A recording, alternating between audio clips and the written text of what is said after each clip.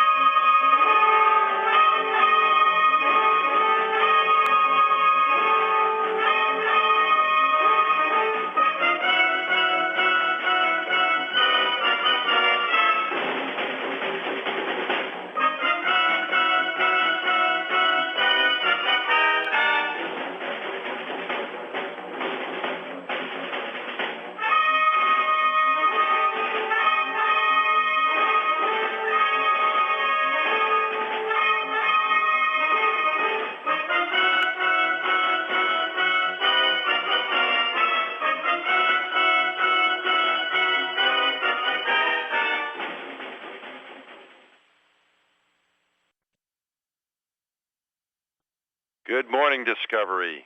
We hope you enjoyed that music. That music comes to you from your training team. They're very proud of the job you're doing and making them look good. Hope you liked it. Well, thanks, Mike. Good morning to you guys, and thanks to our training team. We've had just a super training team that did a great job with us, and we really enjoyed training and had a lot of fun with them all the way through the flow. So thanks to them.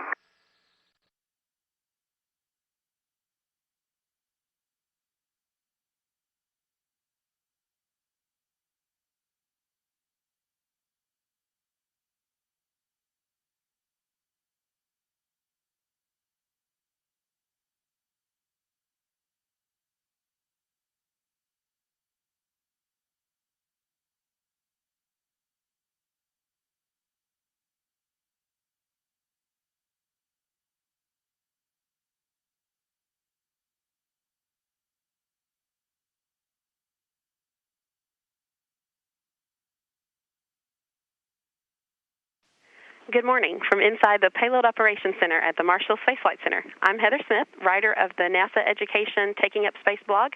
We are excited to ask you questions chosen by our blog readers today. The first question is for Commander Scott Kelly. What are some ways that the work you do in space can encourage both our youth and scientists working on the ground? Well, I think one of the ways we can encourage kids and scientists is that we have a incredibly challenging work environment and a challenging problem building a space station and then utilizing it. And the way we do that is through teamwork. And teamwork is critical, I think, not only here, but getting things accomplished on the ground. So hopefully in kids and scientists and other professionals looking at the teamwork that NASA uses to get things done, they can take inspiration from that and use that themselves for whatever they're involved with on the ground. Great. The next question is for Katie Coleman. What kinds of experiments are currently being conducted on the station, and how will the research benefit people on Earth?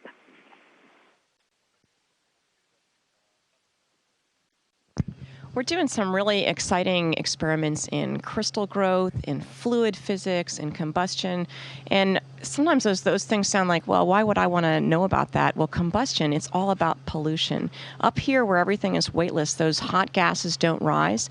And we can understand how we can actually look at how things burn and how pollution products are generated. So we can do combustion research. We get to see, for fluid physics, we get to see what liquids really want to do. Down on Earth, gravity actually dictates. It's such a big force compared to all the other ones. Gravity dictates. And so we can understand what liquids really want to do. And so many processes on Earth are liquids going through pipes. Everything that you want to play with or that is made and manufactured is liquid flowing through a pipe and making a product. So we learn a lot about how to make things on Earth by experimenting up here in space. Okay. For Commander Lindsay, how has the station changed since you were first there? Well, the station is probably on the inside and the outside about 3 times bigger than the last time I was here. When I was here last time, we had the U.S. lab and the airlock and the Russian segment. But since then, the Russians have added, I guess, 3 modules. We've added the module we're in here now, the Japanese module, the Columbus module, of course, the multipurpose module that we just added.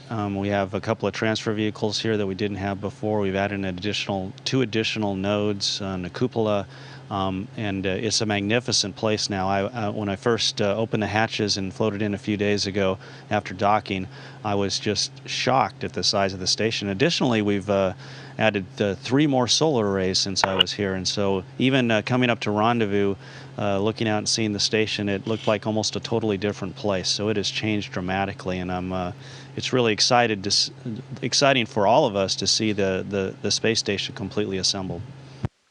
Great, thank you. This is Joe Charbonnet. I'm an intern from Georgia Tech, and my question is for Colonel Bowe, a fellow Ramblin' Wreck. What role do you think that robots will play in the future of space exploration? Go Jackets, and what's the good word? Go Jackets.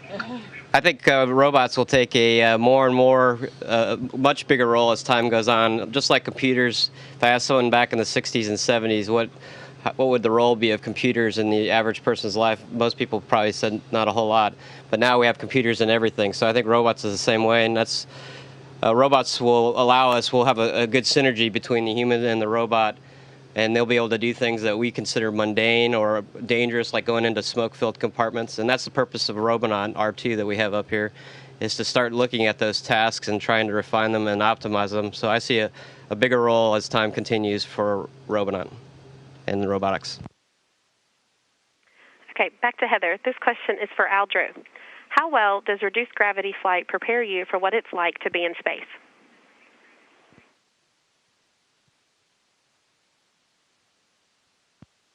Well, the short answer is it's very useful. In preparing for space, we have a number of different things we can use. We have the neutral buoyancy laboratory at the pool that helps us, but it doesn't necessarily give us that free-flowing feel because the water's viscous and it resists our motion. We also have virtual reality laboratories which give us a good visual sense of what it's like to be in space, but it doesn't give us that same dynamics, the kinematics of running around in space. The reduced gravity flights give you all that. You are weightless, just like you'd be in orbit for brief periods of time, so you can get a sense of how things can move around freely without those other restrictions on them. This question is for Steve Bowen. How has greater internet connectivity and social media affected the spaceflight experience?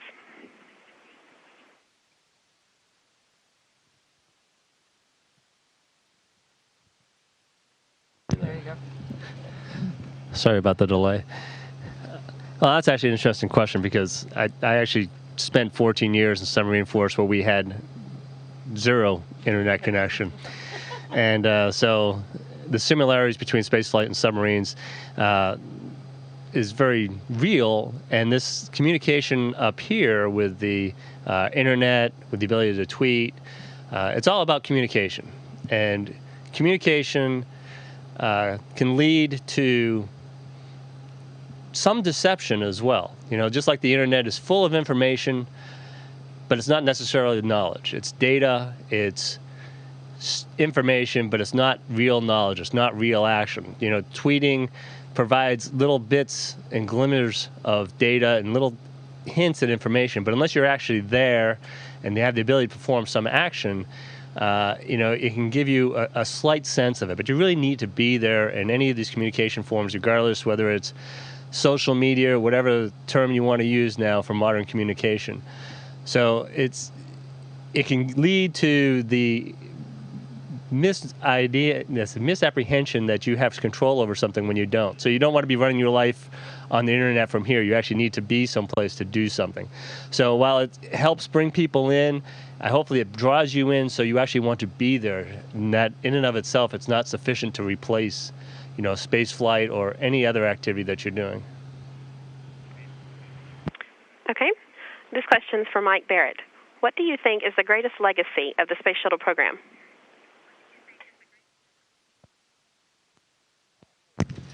Well, that's a great question with a really big answer. You know, the space shuttle has become such an icon of human spaceflight, and I think that's well deserved. If you look at it, you have the biggest thing is really a broad-based knowledge base of how to work in space. As a space medicine guy, I look at the hundreds of human spaceflight experiences we have off the shuttle, and that's what you need to really solidify your knowledge of how the human reacts to the short-term spaceflight the shuttle has given us. And beyond that, we've got propulsion, robotics, hypersonic flight, physics of low Earth orbit. I mean, the space shuttle has just given us a tremendous knowledge base of how to do business in space. So I think that's really the big thing. Okay, for Nicole Stott, what would life in space be like without the use of robotics?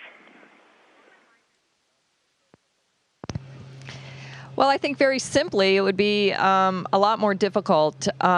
If we just look at the space station as an example, whether it's assembly or the EVA tasks that we have, or some of the what might be thought of today because of robotics, simple maintenance tasks that we have on the outside of the vehicle, it would be a lot more difficult if we didn't have the robotic arms that we use to manipulate both our EVA crew members and the hardware that we have outside. And I think that's just one simple example of how robotics has helped us in spaceflight. For Commander Lindsay, what do you do for fun in microgravity, and do you have any special tricks you like to do? Yeah, we call those stupid astronaut tricks, and I have several that I'm not very good at, but and I have the bruises to show for it. But you know, just you can just see one of our crew members just floated away.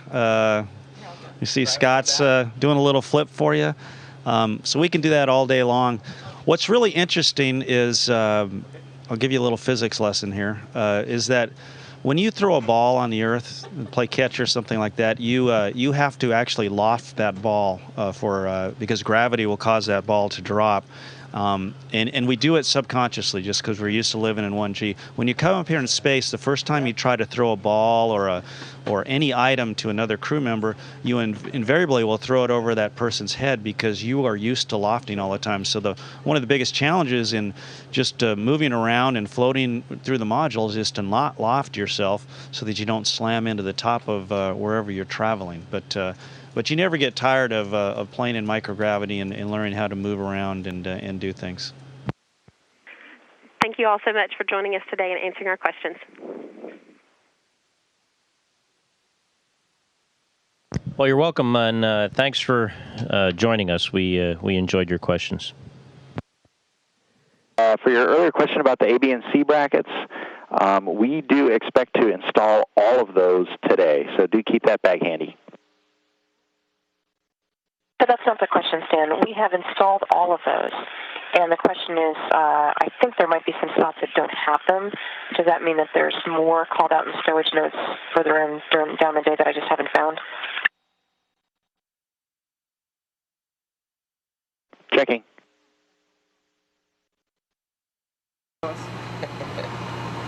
Excellent. All right, you're standing in front of one of our glacier units, and I just want you to confirm for me that you did see me removing that and transferring it with one on the station. I do see that, and I see serial number 003 for confirmation. Excellent. You didn't just swap the stickers. I did not swap the stickers. Okay. I swapped the units. Good call. And we're going to get ready to do some transfers into that freezer. Okay, good. Thank you.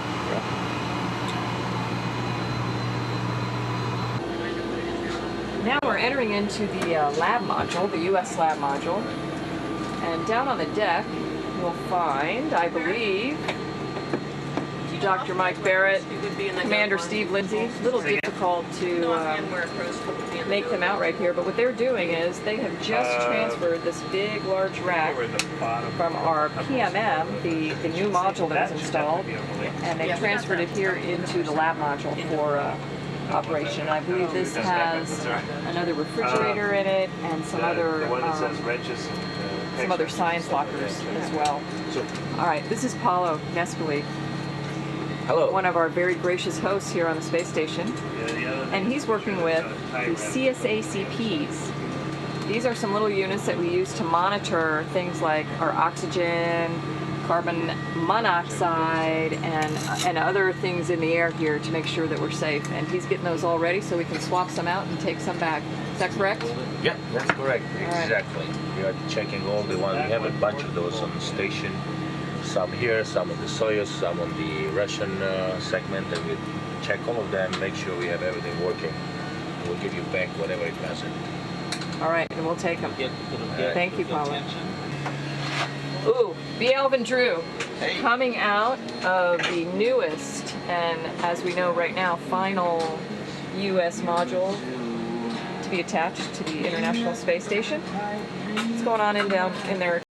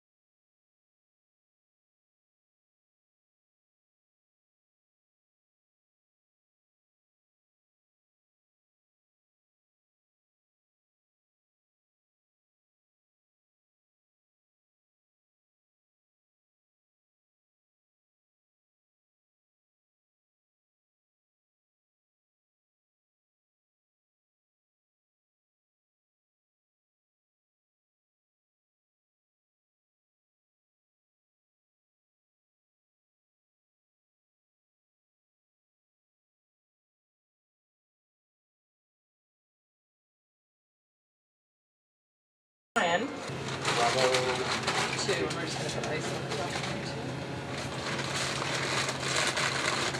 Scott and Nicole transferring some very cold stuff. Chilly. Don't stick your tongue on it.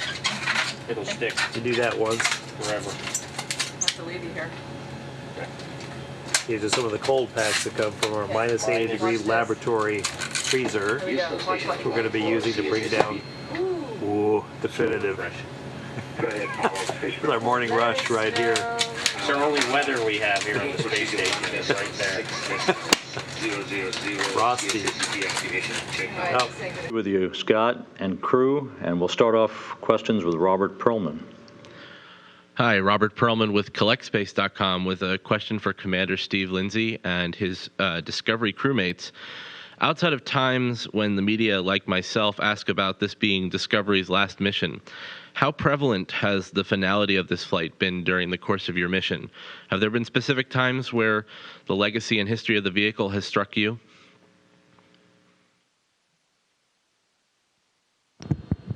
Well, that's a difficult question. We've been very busy during our mission, as all shuttle missions are and space station missions, and so mostly we've been probably spending 95% of our time to 99% on just doing the work and getting the work done. And so when you're really busy like that, you're focusing on doing the task correctly, making sure you get everything done how it's supposed to done and don't miss anything. However, there are times, I know personally, when I've been reflecting about it being the last mission and what a wonderful vehicle it is, and probably, we were coming up and docking, and when you look out the cupola windows, you can look right into Discovery's payload bay and see the wings and see Discovery written on the wings. And times like that, I really reflect about what a great vehicle it's been, 39 missions, nearly 1 year on orbit, and think about all the things that vehicle has done, and it's just really inspiring to me and kind of bittersweet and quite frankly sad that knowing that when we land, that will be it for this vehicle. Thank you. And to follow up on that, a question for Steve Bowen and Al Drew. They say a picture is worth 1,000 words, and through your helmet cam, we got to see when you took a glance at Discovery docked to the station during your spacewalks. Would you, one or both of you, describe what it was like to see Discovery there and reflect on its past 365 days in space?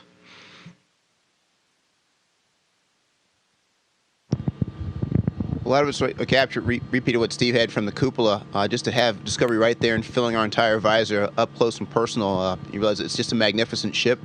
It's huge, it's complex, just a wonderful, completely capable vehicle. And to be out there working on and around and near it is just a privilege. To be part of the legacy of Discovery is just like I said, just seems like a blessing. This is Gerhard Daumer, the German Aerospace Center and Space Expo Association. Question for Al Drew. What was the most difficult and the most exciting moment during your EVAs?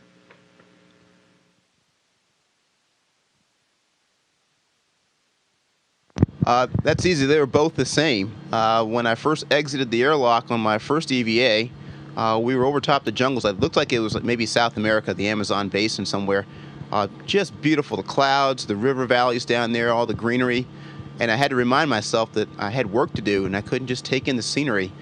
So it was exciting, and it was difficult to tear my eyes away from that and actually focus on getting things ready for our tasks ahead. Question for Paolo. You accomplished about half of your long-duration mission. What was your most challenging task, and did you have any surprises, and what was your most exciting moment so far?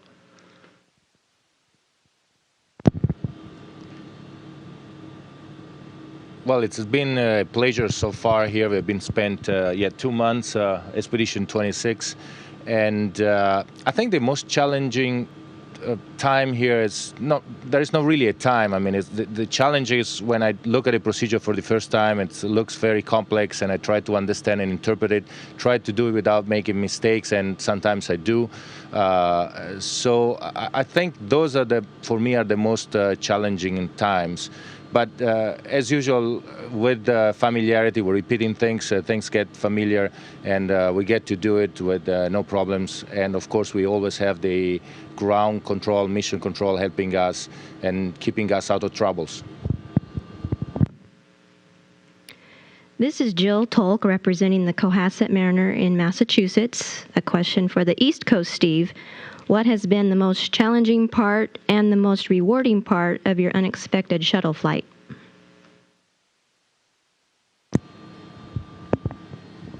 I think the most challenging part was trying to get up to speed to understand the EVAs, and then even more so trying to get up to speed with everything else that goes on a shuttle flight, and where my tasks would be and what they were and how familiar I was with them and how much more training I had to have. So that was clearly the most difficult part of it. The best part really was, getting to work with the crew. It's 4 of my classmates from 2000 and Commander Steve Lindsay, and that's been great. Great crew. Just having the ability to spend time with them, it's been fantastic. And then getting up here with the ISS crew, it's been really the best part of it. Thanks for the good word, Steve-O. Now a question for the West Coast, Steve, and for Eric Bowe. What good Bowen anecdote from this week could you share with newspaper readers in his hometown?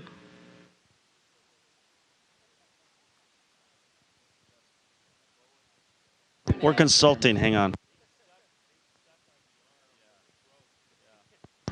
I think our favorite Steve Bowen story for this mission so far was, and I'm sure there are more to come, was when Steve was taking the pump module off of a transporter on the truss segment. EVA and Mike Barrett and Scott Kelly were driving him on the robotic arm.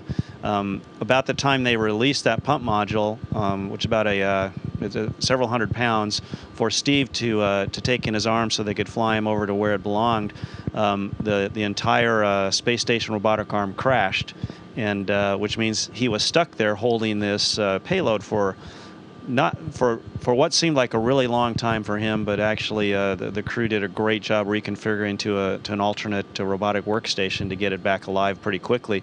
But Steve was stuck there for probably, 30, 35 minutes holding this pump module loose, and so it gave us an opportunity to joke with him and kind of make fun of him while he was out there stuck with nowhere to go.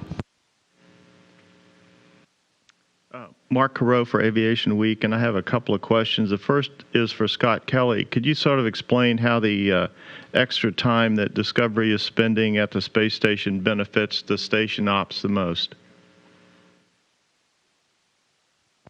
Well, in the original plan, they were not going to have much involvement in getting PMM basically emptied out of a lot of the hardware that needs to be disposed of on HTV. So when they were going to leave, we were going to really be in a time crunch to get all this, all these metal structures and foam and stuff that we want to dispose of in HTV, because HTV has to leave at a certain time. So by having the extension gives us 2 extra days of 6 people, which is a lot of crew time to get all that stuff or some of it done before they leave, and then it kind of it just helps maximize our time post undocking for things like science and other activities we have to perform on board the space station on a daily basis. Good afternoon, Enrica. We're working very hard inside the Leonardo module because it came in a flight configuration, so everything is fastened in a way to secure it for launch. So we're removing all the packing materials, and so that we can stow it in the Japanese module that's going to be leaving soon. So we're using all the astronauts, including the Discovery crew, that are staying here another couple of days to help us with that. Good evening, Paolo, and good evening to the whole crew. I'm from Sole 24 Ore newspaper. So in less than 2 weeks, on March 17th, it's 150 years of the unity of Italy. So how do you plan on celebrating aboard the International Space Station, an event that's so important for the nation? Surely, this is a very important holiday for our country.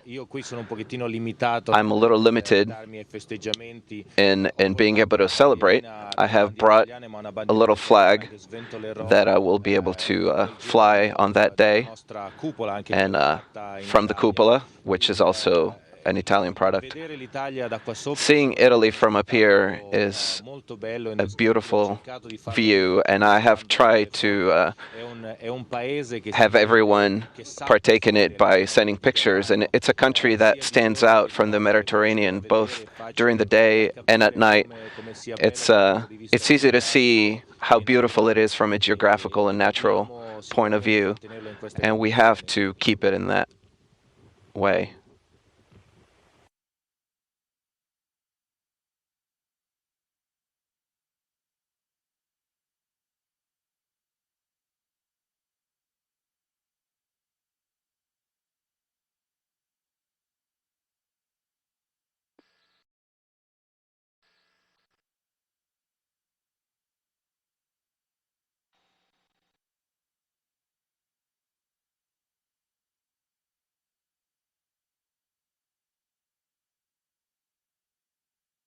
Full lens cover MLIs go in that bag. So that was airlock deck 2, bag 1078. That's where those 2 MLI lens covers with lens covers in them goes. Good copy.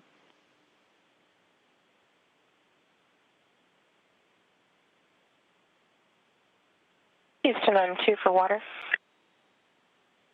Go ahead, Katie. Can you verify step 2.1 for me?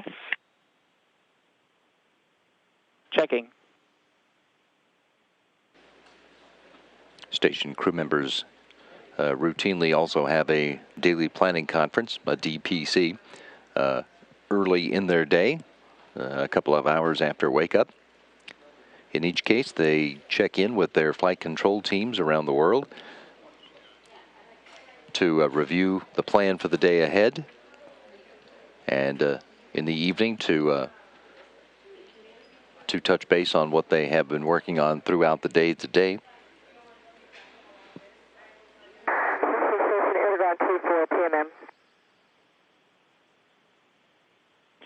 Go ahead. And Houston, the approximate time for the film? I am working in the PMM on step 10 Delta. And Katie, stand by, air to ground 2. We'll be right back with you. Okay, Nicole, go ahead for 10.2. It's step 10 Delta.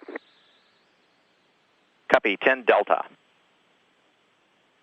All right, and on the top of that table E, where it says current location PMM encode and then has an MO1 bag. We're with you. There's something there that says foam cushions 5, and I'm supposed to put them in the PMM encode, but I have no idea where those are coming from.